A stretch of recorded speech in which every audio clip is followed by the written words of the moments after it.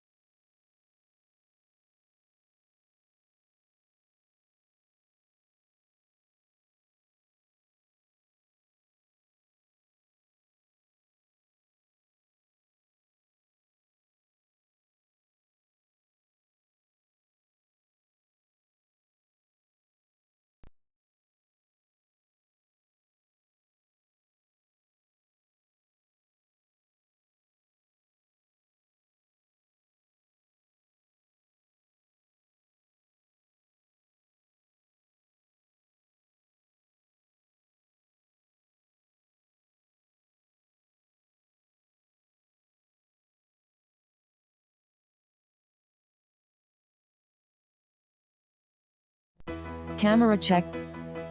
Camera rolling. Sound check. Sound rolling. Broadcast check. Action.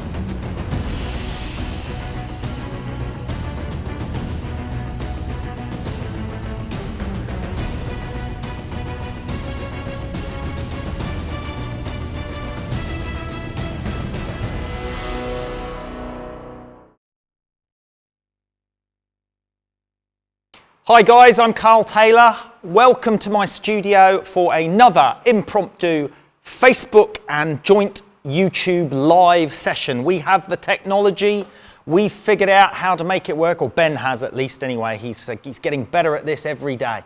Now, going to do a few things for you today. We're going to do a live Q&A, so if you've got questions, general photography questions you'd like to answer or you'd like me to try and answer, then start thinking about those, and those questions will come in here and I'll pick out some of the best ones and see what I can do to answer those.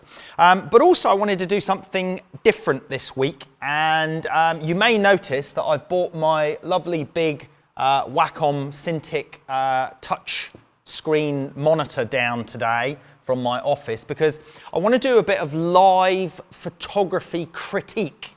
I'm going to take some of our members' work that was submitted on our last members live show where we had guest photographer Alex Wallace. We had our members send their work in for critique, And at the end, Alex and I critiqued some of the work, but what I wanted to do was we want to take it another stage further and actually show you some of the things we were talking about on how we can make some improvements to some of those images. And this is going to become a new feature of our future live shows over on Carl Taylor Education, where we're not only going to critique your work, but we may well actually show you some adjustments while we're critiquing it. And I wanted to give that a role today. Now, so we're going to take your Q&A, or we're going to take your questions, and I'm going to answer them, sorry. I'm going to do a bit of, as I say, live Photoshop alterations, picture critique, that sort of stuff. And there's a couple of other things I want to talk about as well, so stick with me.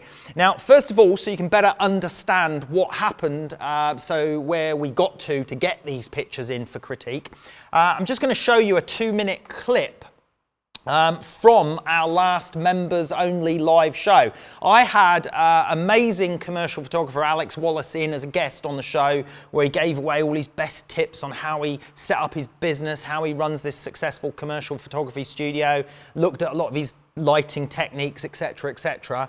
And then at the end, you'll see how some of our members sent in this work, which is what we're going to look at next. So let me just play this for you so you can take a look. Welcome to Carl Taylor Photography Talk Show. New home, new city, and yet in 8 short years you've turned that business to being booked 6 weeks in advance. How did you do it?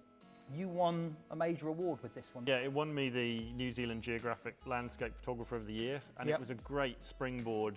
Some of the latest industry news and gossip. He's got some of steel. Yeah. All right. Take a look at this. Let's take a look at this. Turning grime into gold. What sort of tips or advice can you offer when doing this sort of work? I guess the first thing I look for is How are they done? it was a bit of a process. I'd been experimenting. New Zealand All Blacks. I believe you shot this for Adidas. Yeah, you'd set up the shot with a 5 kg barbell, and they're like, "Are you serious? How many people are going to see this?" And they're like, "I'm going to pick up the 25 kg." You know, and Inverse square law. Yes, exactly. Yeah, that's what I was trying to think of. Yeah. One question here from Richie Hall, which is to Carl and Alex, which is, what advice would you give to someone who has a career which is financially secure but wants to move in photography full time? Please don't say don't. Now, you see, that was on the tip of my tongue there. What camera do you shoot with, and what's your favourite lens? Does Alex use a light meter? A what? Right, we are going to move on to critiquing some of our members' work. We've had a load of pictures sent in. Hard to know without being there, but there's a nice S-bend from this road, and if you had a little more elevation. He's gone for a nice bit of rim lighting around the bottle. He's got the label clear. What about that as a shot? Yeah, it's something else, isn't it? Yeah. A bit overcooked for my liking. The lines of light in the chrome work there, I would have preferred to maybe get a little bit more gradated light. Alex, thanks very much for your insights. Brilliant. We'll see you Okay, next time, guys. Thanks so very there we much for have. watching. There we Carl have. Taylor Photography. Oops, I've started that again. Let's get the camera back on me. There we have some highlights from our last live show with Alex Wallace, where our members were able to send in some work. And what I'm going to do now is I'm going to take some of those shots that were sent in, and I'm going to show you actually improvements to those shots that we mentioned on that show, and actually do some of them so that you can understand and see how I do that. Let me just move this screen out the way. Now, the first shot that I'm going to get up is by Stephen Horan, which is this shot that he sent in, this really nice attempt at a product shot here. And on this one, I'm going to talk about a couple of things that we can do to make this shot better. If we take a look at the shot, first of all, one of the things that I commented on the live show was how we could improve these gradations that you can see here in the metalwork, and how we could improve the attention drawn to the actual brand itself. Because remember, the brand itself is the key thing when we're looking at product photography. So I'm going to show you a couple of quick tips. Now, listen, the thing is with these tips that I'm going to show you, it's obviously better if you can fix this in photography. So what I'm going to show you is something I would have done as part of the process of shooting it, and as our courses demonstrate, clearly the best way is to capture it correctly in the first place, And there are ways of shooting this that wouldn't require this post-production work that I'm going to do now. But obviously this image is already shot. So let's take a look at it and let's see what we get. Now, have we got any sound issues over there? Everything all right? Okay, good, right. So I'm going to look at this area where the gradation is a problem here. And it's basically the lighting, the smoothness on the metalwork here. And I'm just going to highlight or isolate some of this. I'm going to just make a marquee selection across this patch here and show you how we're going to improve this here. So first of all, I'm going to identify that patch which I've selected there. And then I'm going to sample the range of tones that I want to reproduce. So in this case, I want to go from that tone there.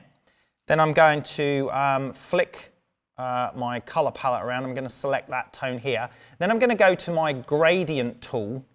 I'm just going to feather my selection by 1 pixel, say. And then I'm going to hide my selection so we can't see it. And then I'm going to run my gradient tool across there. And there you can see how I've dramatically made an improvement on how I would prefer that metal to be lit. That's how I would have lit it using gradient lighting techniques to actually do that. Let's go back to the picture. Let's just bring up my marquee selection. I'm just going to deselect that now. Now I'm going to go and select the other side this time. So I'm only doing this really rough, guys, okay, because obviously we don't have a lot of time to do it pixel perfect here. If I was doing this pixel perfect, you know, retouching, then it would take considerably longer. But we're just doing it as quick as we can possibly do it here. So I'm going to take the same gradient thing here. I'm going to just hide my selection. I'm going to run a gradient across there. And there you go. We can see now that I've got a nice smooth gradient style of lighting in that metalwork. And then if we also take a look at the logo here, I'm just going to dodge up and burn up, sorry, not burn up, but dodge up the highlight area of this logo a little bit, very, very roughly and very quickly there. Now, if we take a look at that image, let me just zoom back in on it. If we take a look at that image from start to finish, there's what the image started off as, and here's what I've just done to it. So really quick fixes, and these are the sort of fixes that I would like to do in photography. I wouldn't actually do it in post. I would make sure that that is how I photographed it, because if you photograph it correctly, it always looks way better than trying to do it in post. But I think you get the idea from looking at the picture there. You see, and I think you'll agree, going backwards and forwards there. There's the original, and then there's the picture in post. You can see how that cleans it up. You can see how working on the image in that way really does improve that. So that product shot was from Stephen Horan, who's a member, and as I say, our members get to send in work for critique. I'm not going to save that, I'm just going to close that one out. Let's take another look. This is a lovely shot that came in from Peter Allen. And this was a great long exposure shot that Peter did. Loads of lovely detail in here, the movement in the water. But I felt it could just be cropped slightly. What I wanted to do was crop a little bit off of this side to centralize the concrete work in the middle there. Take a little bit off of there and just bring it into that position. I felt the image was a little bit stronger with that particular crop. If we jump back and forwards on this, there you can see there. But here, because it's got this S-bend leading into the shot, I want to be led to the center in this particular occasion. So here it is here, and I'm just taking out a little bit of the excess stuff that I don't really need in there. So a real quick fix on that one. Okay, so let's step out of that, and let's take a look at another one. Right, this is an interesting one. This one is by Gordon McQuiston. I think it's Gordon McQuiston. And we discussed this one on the show. And here's a couple of things that I suggested we do to this image. First of all, I'd want to crop it a little bit because there's too much going on down here. So I want to take out some of that bottom part, and I want to take out some of this side part. I love the image looking through the trees. but there's still too much distraction in this bottom right-hand corner and this foreground area. And I'm going to show you how quickly with burning and dodging, how, let's just come back to me, Ben. We can show you quickly how with burning and dodging, which is a technique that we teach in our Photoshop courses, on how you can manipulate light and shading to get the best out of an image. So let me show you that over on this image. So we've just made, first of all, a slight crop on the image. So we've gone from crop from that to that. And now I'm going to run a couple of actions that I've got pre-saved here just to create a couple of burn and dodge layers for me. And then I'm going to use a brush tool on my layer mask, on my burn layer mask. And I'm going to use the white paintbrush, which is what you use on a mask. Now, I'm not going to teach you all these techniques on how to do this now, because this is all covered in our Photoshop for Beginners course and our Advanced Photoshop Photographers course. So if you want to learn these techniques and how to do this stuff, that's where we've got it covered. But let me just show you how we're going to improve this image slightly with burn and dodge. So I'm going to go into this area down here, and I want to darken this down a little bit. I'm just going to put my flow rate up, and I'm just going to burn that in. You can see that starting to get a little bit darker in that corner. If I put my flow rate up even higher, it would do that a little bit quicker. I'm going to darken that little bit of stone with the moss on it down there a little bit as well. I'm going to darken down on this area here as well. Little bit on that middle bit on those rocks are a little bit bright in there. I want the attention to be taken into the waterfall. So some of this foliage here is a little bit light. I'm going to just increase my percentage of my flow rate there to make this work a little bit stronger. So I'm darkening down here, I'm darkening down the middle, and it's all about drawing the eye to the right position, about getting the eye, leading the eye where you want it to go, okay? So that's darkened down a few areas there for me, which focuses the eye more into the center. But there's a couple of really nice highlights on the trees here. There's a couple of nice highlights that I want to accentuate. So let's go back to that image, and I'll move over to the dodge tool now. And on the dodge tool, I'm just gonna, oh, that's way too high in power. So I'm gonna drop that flow rate down. And I'm just going to pick out a couple of those little highlights on a couple of those parts of the tree there. So it looks a little bit like dappled light, just bringing up a couple of bits of moss, a little bit lighter in a couple of places, maybe the highlight on the edge of that tree there. Doesn't need it in the center, it's already bright enough. Now, if we look at the photo now, and we go back to what it was, if I go back in the history, we jump back, that's what it was. And we weren't quite sure where to go with our eye in that picture, not quite sure where to lead us. So all I've done is basically led us into the more interesting part of the picture by removing distractions or darkening areas a little bit to make them less distracting. So let's just look at the before and after on that. Remember, this is just a really quick job. I'm not doing it by spending hours and hours on it, which I would if I was doing it for properly. It's just a quick demonstration there. It's to focus our eye into the middle of the picture. Okay, so that one, that shot was by Gordon McQuiston. Let me just get rid of that one. And let's take a look at another one. Right, this one was a really interesting one. I really loved this shot, but I love the elements of this shot, but it's quite busy because of all the highlights, the shadows, and all the accentuations of the contours in the mountains there. And I wanted to draw more attention to this road down here and this area of road that wraps around this little mount of rock here. So I'm going to focus our attention on this. I'm just going to duplicate that layer. I'm going to do this all with curves. I'm just going to bring up a curve here. And I'm going to pull down this curve. I'm going to make this picture a lot darker to start off with. So that's my first curve. I'm going to darken that right down. But I'm now going to use the mask on this curve, and I'm going to bring the road back again. So I'm just going to put that up to 100%. And I'm just going to get this road back as it was before I darken the rest down. So just by using a layer mask, I can pull this area back in, this area back in here. So that's the first thing I'm going to do, because I want to focus attention onto this interesting road wrapping around here.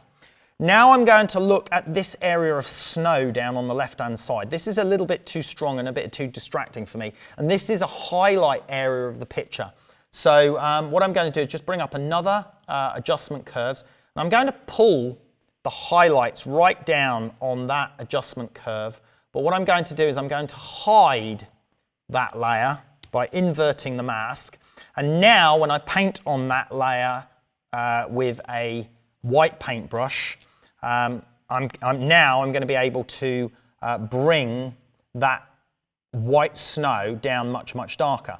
So this looks like it's a little bit too dark at the moment, but bear with me. So let me just darken all this white snow down here that's a little bit distracting in the photograph from the road. It's basically leading our eyes away from the center of the picture, because this is a little bit too bright in tonality for me. So I'm just going to take that out a little bit. And now, if we look at that layer, I can control the opacity of that layer, and I can decide how much to, what level to let that illumination. So I've brought that right down now, so it looks more like the mountains in the background. But now I want the road to stand out more. So what I'm going to do is I'm going to bring another curves adjustment layer in, and I'm going to lift up the road dramatically, increase the contrast on the road as well, maybe even pull out the shadow detail a little bit off of that road. I don't want to lose too much contrast, so let's just have a look more in the mid-tones and those highlights there. It looks like we could pull those highlights further over to get a little bit more going on. So if I look at that now, I've lifted the road, but I've lifted everything at the same time. So I'm going to invert that mask to hide what I've just done, and then I'm going to paint on that mask, and I'm just going to lift that road now. So you can see now as I'm painting that, and remember this is only very roughly, I'm just painting that road in so that I can lift up these roads running down here and bring more attention to that part of the picture. Now, just as another quick one, one of the great things on this road is these lovely highlights of the wet tarmac. So I'm just going to dodge up some of those highlights here, just to lift this up, just draw that attention in. Oh, I accidentally dodged up a highlight on the snow there as well, a little bit too much, or that may have been on my previous layer. Let me just check that out a second. So that was on that one. Let's paint that back again. I think I lifted up, paint that back again. I think I lifted up that snow accidentally there. Yeah, you see, so I lifted it. Now that's the great thing with a layer mask, you can paint it back again. If you do something wrong, you can paint it back again. So I've just fixed that temporarily. Remember, I'm only doing this quickly, very quickly to give you an example. So let's go back to my dodge tool.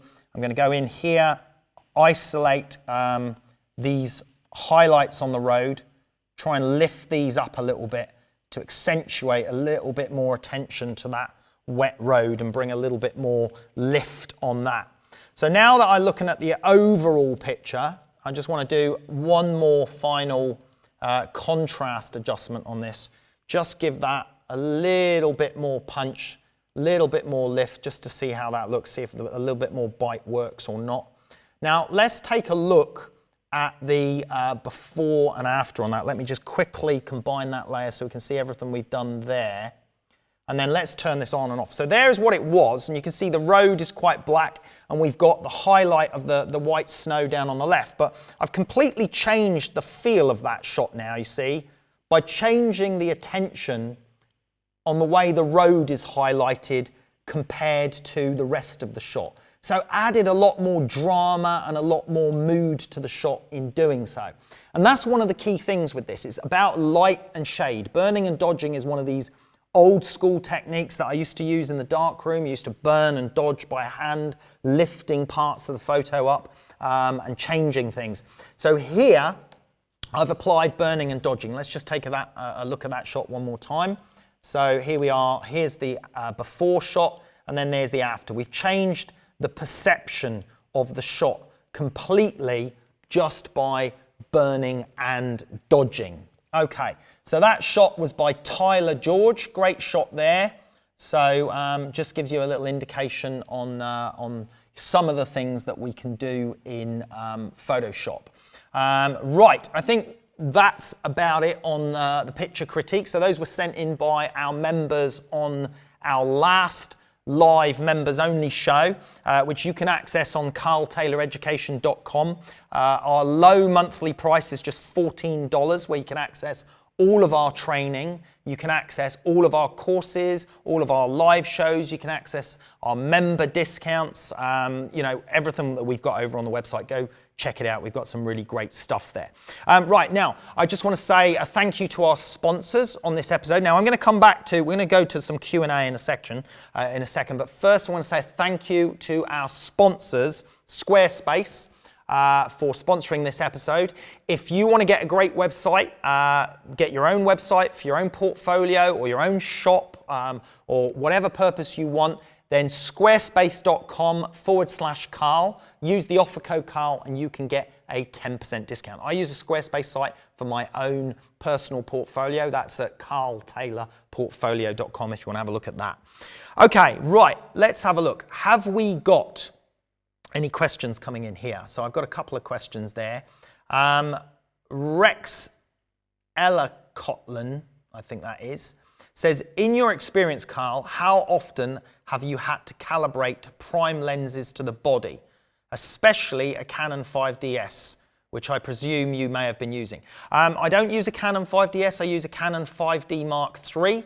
We've got two Canon 5D Mark IIIs, which I use for a lot of photography, but primarily I use a Hasselblad medium format for my studio product photography work. I've never had to calibrate a lens, never even tried. I'm assuming you're talking about calibrating the fine focus on it. I normally check my lenses, test them, check the focus, make sure that's working, but I've never actually had to do it. Another question we've got here, DVLXis. He's just using a mouse or graphic tablet stylus. No, what I'm using right here now is a Wacom tablet that is also a screen. So it's basically a big screen, but it's also pressure sensitive, so it's a tablet at the same time. So whilst you can use the smaller Wacom tablets, which I do use, you can also get these bigger ones, which are your screens, and you can retouch directly on them, which is a really interesting way of doing things as well. Although in saying that, they've just released 4K versions of these screens now. I wish I had one of the 4K ones, because this isn't one of the 4K ones. But I'm still undecided. I haven't seen the 4K version screens. I may go back to using an ISO 4K monitor and going back to using a Wacom tablet. But I must admit, I have got kind of quite used to using this for retouching, but I would prefer a 4K monitor. So it'd be interesting to see what their 4K screens are like. What else have we got to talk about here? We're going to be reviewing lots of new kit soon. Manfrotto are kindly sending me some items to review. So we're going to probably review some of those things here on our live Facebook and YouTube feed as well as on our main website. What other questions have we got coming in? Philip says, Philip says, is it possible to get the same effect as coloured paint with another liquid like water mixed with white glue, water and ink colouring? Try to not use paint, milk is too clear. Why don't you want to use paint, Philip? That would be the question. If we bring up, let me just bring up my website here a second. Let me find.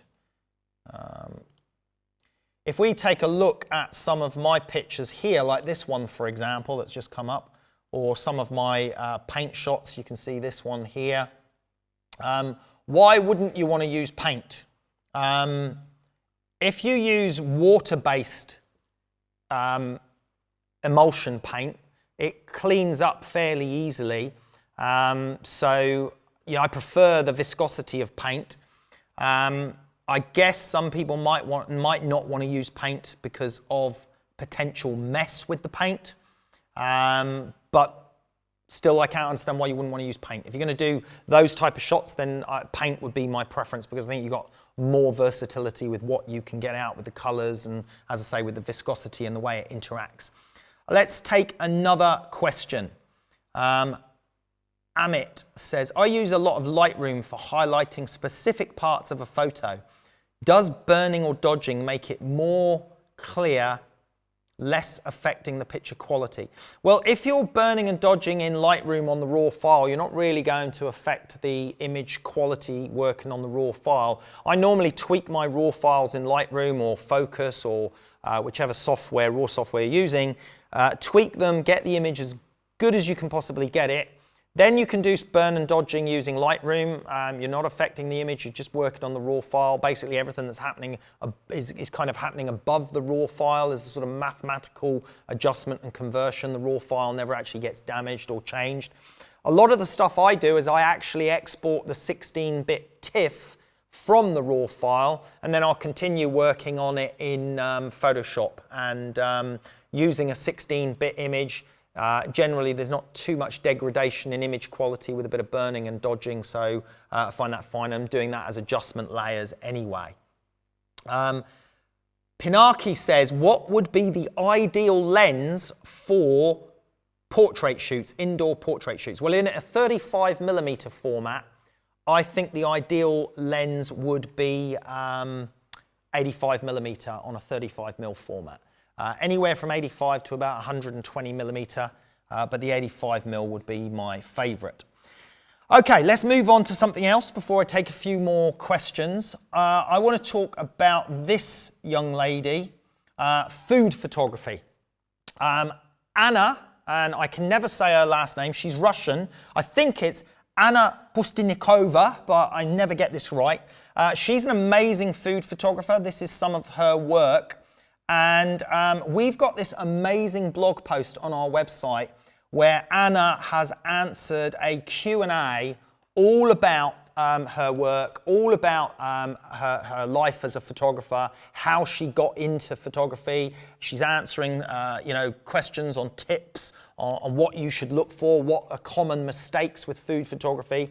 Head over to that blog post to get some great tips from Anna on food photography.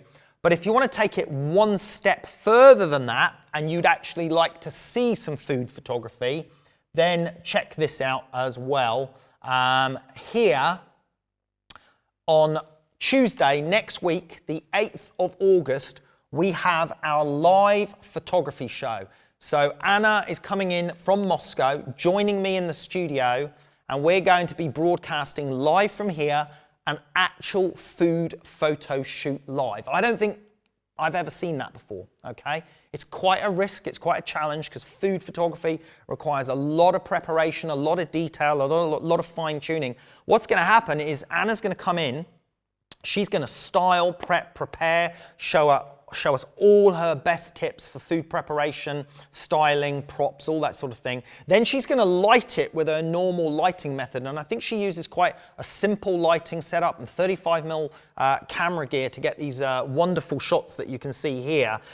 This is all done with fairly simple lighting setups and 35mm gear, but I'm going to try and take it another step further. I'm going to adjust the lighting, tweak things a little bit. So we're going to have a wonderful time experimenting with some amazing food photography on our live show next Tuesday, August the 8th. If you'd like to join us for that show, our live show, you can buy a ticket price for that live show. The normal ticket price is $198. You can buy a ticket show price for that, or you might find it a lot more affordable to just join up as a member for $14, and then you can watch that live show, because our membership option comes with 2 live shows per month, as well as all our courses, all our partner discounts from top photography brands, our competitions where we've got great prizes like Canon 5D Mark IVs and Cyros lighting kits, all sorts of stuff. So you got the choice. You can just watch the one show with the ticket price as normal if you don't want to go down the membership option, or you can join us for $14, and for a $198 ticket, you could get 28 live shows. So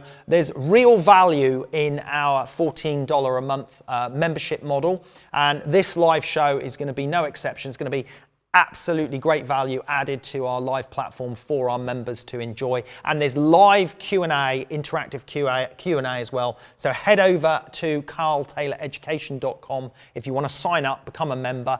If you're not available to watch the show live, it's recorded. It's put into our archive section, and it's available for 5 weeks after broadcast, so you can catch up on it if you didn't manage to make it live. Okay, let's have a look. Have we got any more questions coming in? How can I get, this is from Khalid Al-Balushi, how can I get constructive critique of my photos, both positive and negative? Well, Khalid, you need to be a member on our website, carltayloreducation.com. We only accept photography critique from our members. I'm afraid we have to give them priority. So if you send in your work for critique for one of our live shows, if we pick out your pictures, we pick out a number of pictures for each live talk show, and we have the opportunity to critique your work there. We've also got a new forum starting on Carl Taylor Education, where you can upload your pictures to the forum, and other members will critique your work, and I'll jump in and critique the work from time to time, as will other members of the Carl Taylor team here too. So that's probably your best option. Now, Rizwan says, do you think the 5D Mark III is good enough for studio and landscape work? It's certainly good enough for landscape work. I use it for a lot of landscape work, but for studio work, I just did a whole new course called Light Source and a shot on the 5D Mark III. Let's take a look at that course. Let's just go over to the portrait section here. If this is going to load. Looks like I've lost my internet connection, or it's just been a bit slow. Okay, so this course here, Light Source, all these images that you're seeing here, 1 light setups, 2 light setups, 3 light setups, 4 light setups, these were all shot on a Canon 5D Mark III.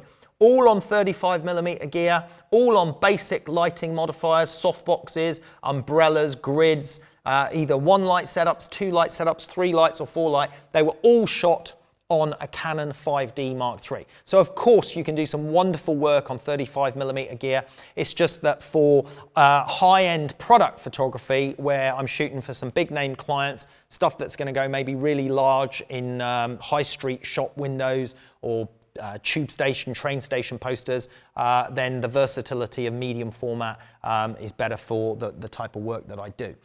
Right, next question we have Chris Thompson. Hi Carl, for dodging and burning, do you always use curves or do you shift around between different techniques?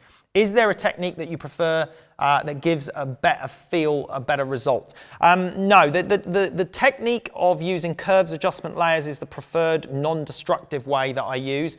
You can use soft light blend mode with a 50% grey and use black and white paint. You know, there are a number of different ways. As a matter of fact, in advanced Photoshop for photographers, I think it is on our website.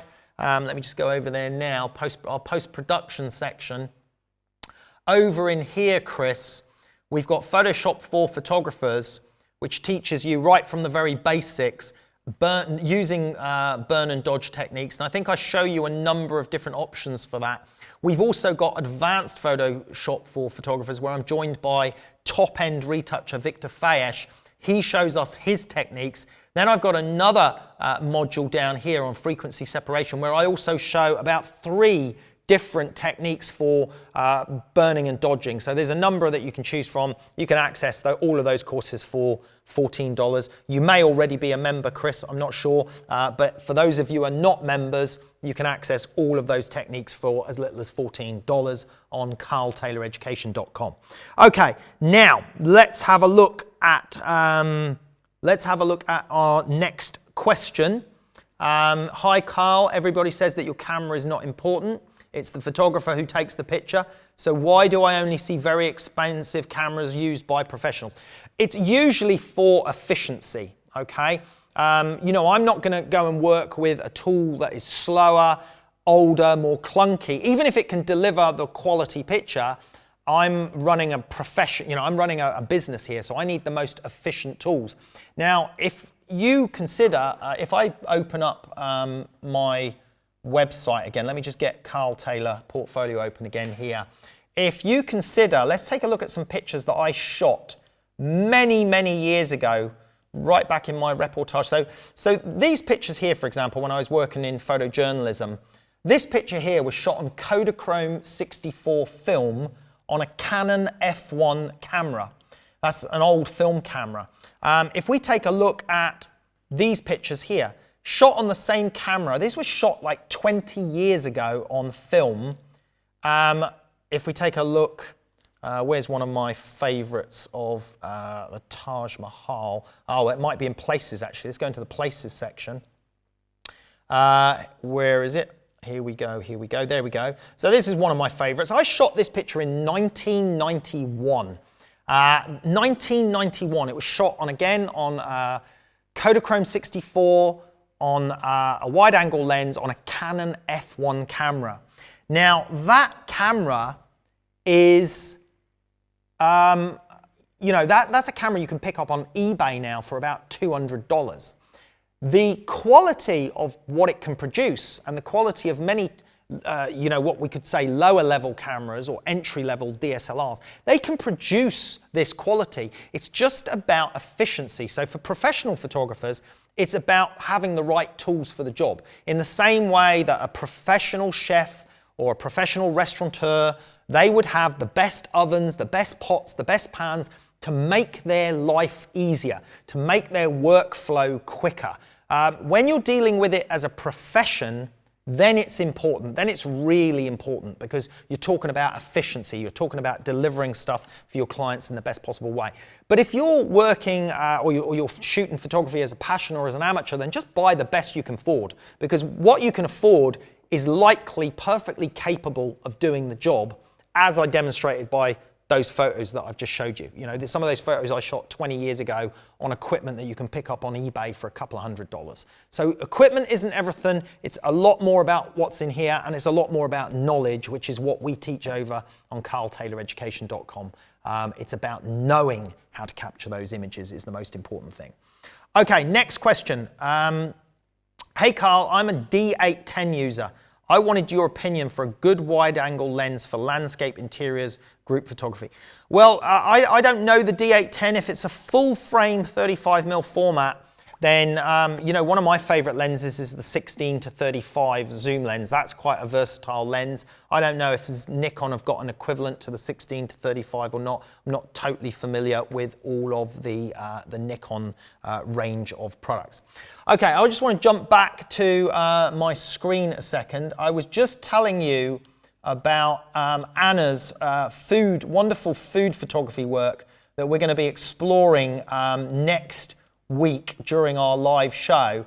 Now, we're also filming a series of new courses with Anna. So as well as the live show, we're going to be doing all of these new modules as new courses, all included in our $14 a month platform. So you can get access to all of these courses for our $14 a month plan. Anna made us a video kindly about her trip coming to our studio and what she had to say about that. Let's have a listen to what she had to say. Hi everyone, my name is Anya Pustynikova. I'm food photographer and stylist based in Moscow. I'm so happy and excited about my upcoming live show together with Carl Taylor. I will show you my best tips on food preparation and styling, as well as props and photography techniques. It will be so much fun, and working with Carl, we are going to explore a number of lighting techniques. So I hope you can join us on Tuesday, the 8th of August on Carl Education. Thank you and see you then. So that's Anna, who's joining me next week for a live photography online live show. We're going to be taking your questions live while Anna's setting up, preparing these amazing food shots. I think we should cut back to me, Ben. We're going to be preparing these amazing food shots live in the studio here. and watching Anna's work, watching her styling, her preparation, and then how she's gonna light it, and then how I'm gonna light it to see if we can change things, make things look even different or even better. So it's gonna be a lot of fun working with her. Really excited about that. If you'd like to join us for that live show, that's Tuesday, the 8th of August next week. You can access that live show for as little as $14 by joining up as a member on carltayloreducation.com. Okay, let's take a couple more questions. What have we got here? Does your portrait course also covers tips on makeup for the model? No, we haven't got that at the moment, but we have got that coming as a new module soon from a makeup artist. What makes you successful? What makes anyone successful? Hard work, I guess, perseverance, tenacity. Another guy here, Brent, says, when scanning 6x8 film negatives, are the issues in digitally printing them to larger sizes? I used to do a lot of drum scanning, transparencies, because I always shot slide film with transparencies. I used to scan 5x4 inch or 6x7 inch transparencies, and I always found that when I got a good scan out of transparency, I could reproduce really good prints. I've never really worked with negative film. All my life I've shot transparencies and positive film, because when I used to work in photojournalism, I was always shooting transparency, positive film like Kodachrome, Ektachrome, Velvia, that sort of stuff. And then when I was in studio photography using the large format cameras, that was also transparency film. Most of the scanners can handle scanning negatives though. So I would imagine as long as you work on a really good scanner, something like the Hasselblad drum scanners, a lot of the top labs have got those. Then if you get a good scan and you've got a good operator on the scanner that can do the conversions right, then you should be able to get some brilliant prints from that size format. Now, John Downey says you should do a tutorial with nothing but a film camera. I could do, John, but why? I've spent 10 years, I started my career in photography in the early 90s. I was shooting with film cameras way back then and shot with them for many years, all the way from 35mm to medium format to large format. I switched to digital back in 2005, so 12 years now. And I've stayed with digital ever since because it is a more efficient way of working. I only switched to digital when the quality of digital got to a level where it matched my medium format film cameras. So I don't see any reason to go back unless just for, nostalgic reasons. Maybe you can explain why I should go back. It may be a good experiment just to show you what you can do without retouching or without expensive equipment. That might make an interesting vlog post one day, so maybe we'll consider it. Dave Eagle says, what's your view on pay to enter competitions as a means to gain visibility, critique to your work? I don't know, sometimes a bit dubious about that.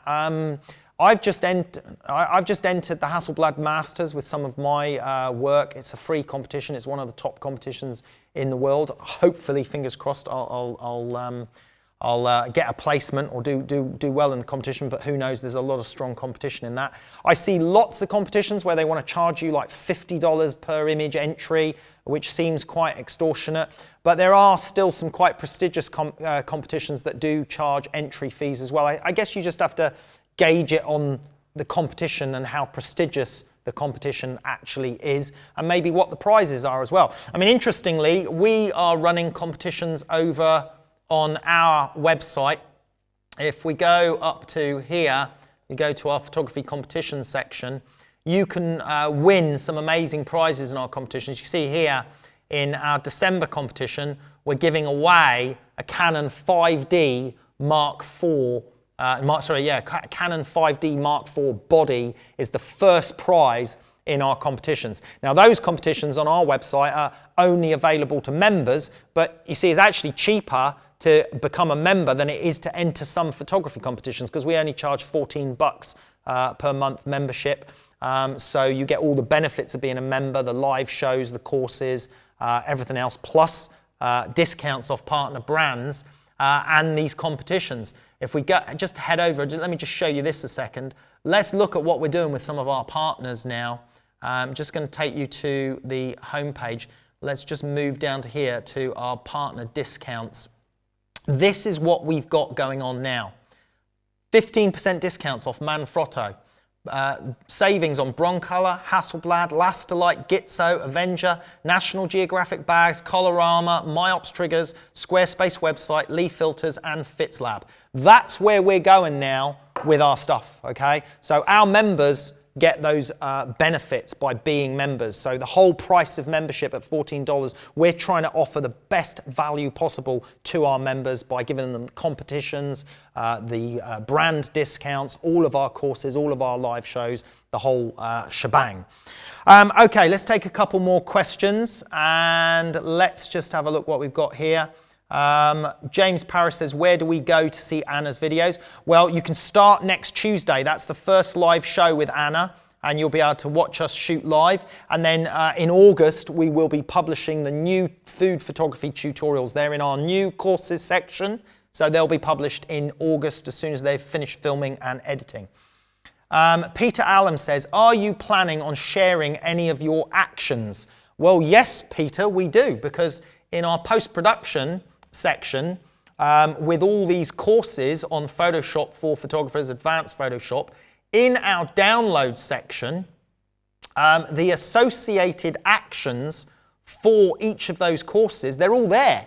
There they are. So we give away the work-along files and we give away the actions for all of our courses. We've even got these amazing 34 presets as well, these Lightroom presets, which you can mess around with this slider here, doing the before and after. Let's take a look at another one of those pictures here. So you can get access to our 34 favorite Lightroom presets, and you get that as well for membership. So not only do you get our downloadable action files, our visual aid layer action files, and work along files for our courses, you can even get all of our presets. Again, $14 membership. This should be a no-brainer. This is so easy. We have got thousands of members and they are loving this. Most of the comments that get left, which really amaze me, are, I can't believe how well priced this platform is.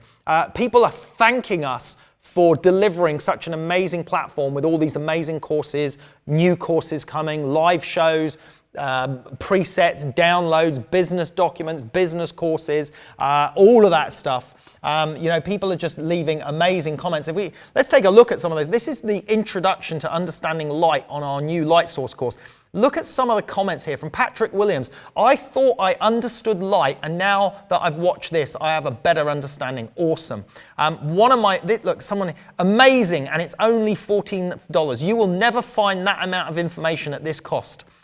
So, you know, the feedback we are getting here from our members is absolutely fantastic. One of my favorites at the bottom here is by Stephanie Laporta. She says, this will be the last video you will ever need to watch about understanding light. Just brilliant, Carl. This is the first time anybody has really managed to convey the fundamental principles of light to me so well. Thank you so much. I can hardly wait to see where your other tutorials are going to take my photography.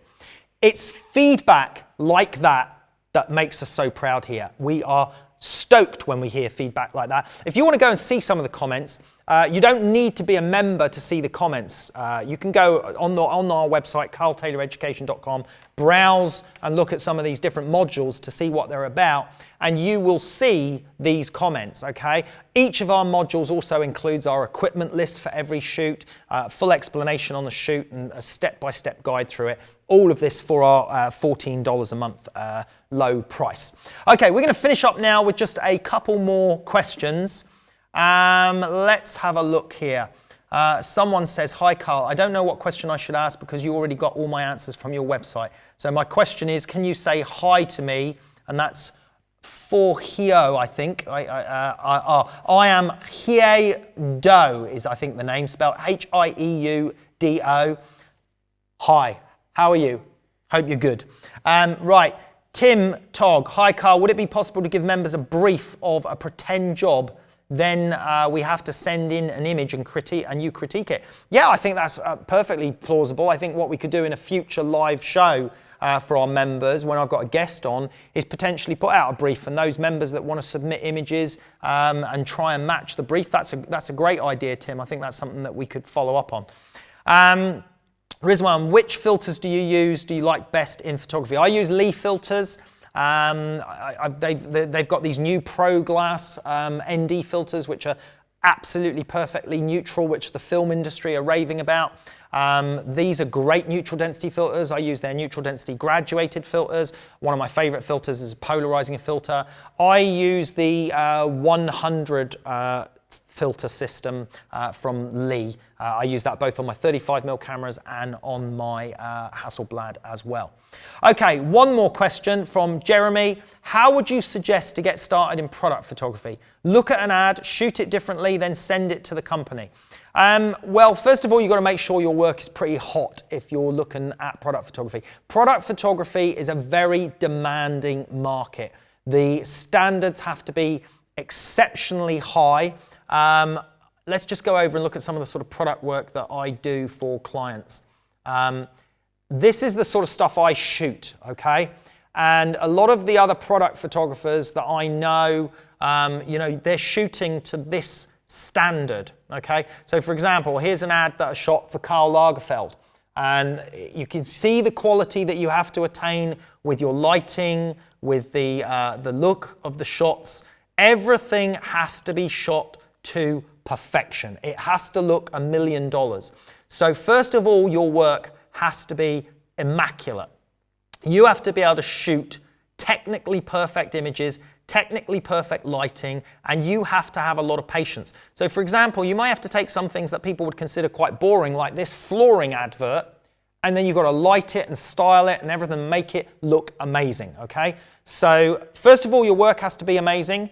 When your work is amazing, build your portfolio up, and you really want to be trying to reach out to art directors and ad agencies. But I'm not going to go into it a great deal more than that, because all of that is revealed in our business course on our website. If I just take you back up to the menu here, we've got this business section here, and in our business course modules, we cover all aspects of marketing, what you'd expect from working to a brief, working with ad agencies, those sort of things. So you can find out a lot of that information in our membership model for $14 per month. I can't say it anymore, $14 per month, I've said it enough, but it is such good value. I have to reiterate and let you guys know what you're missing out on, and obviously a huge thanks to so many of you that are already members and enjoying the platform. Okay, let's take one more question. Will there be any competitions, actions, downloads, etc. for members of Karl Taylor Photography as opposed to Karl Taylor Education? Well, there's never really been members of Karl Taylor Photography, because the Karl Taylor Photography, the old Karl Taylor Photography website, was where you bought the courses as a download and you physically owned the course and you had personal customer support. So that was a different model.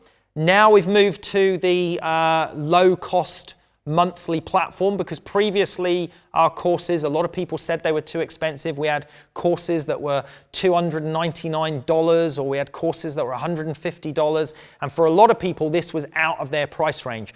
We've changed that now, that with the membership model you can just access all of our courses. And with the membership model, we're trying to add even more value by including the competitions and including, the partner brand discounts and everything. Obviously, we need a big membership to make that work and make that grow. And our membership is really grown superbly. We're super excited where it's going, and we're trying to give back as much as we can. So as the membership grows, we're even going to increase the amount of competitions we run on Karl Taylor Education. We're getting more brands on board to partner with so that we can save you money on your favorite photography gear, but we can only do this on the new platform. So I hope that you'd be able to join us over on the new platform on karltayloreducation.com. I think that's about it. That's it on the questions. So thank you very much for watching. I hope you enjoyed the picture critique and a few tips and show you how you can control light and shade there in Photoshop and adjust things. Obviously, it's always better to do it in camera, but those picture critiques gave you an example of what light and shade can do for you and how you can alter the direction of flow of the eye through an image and the perception of an image. I'm Carl Taylor.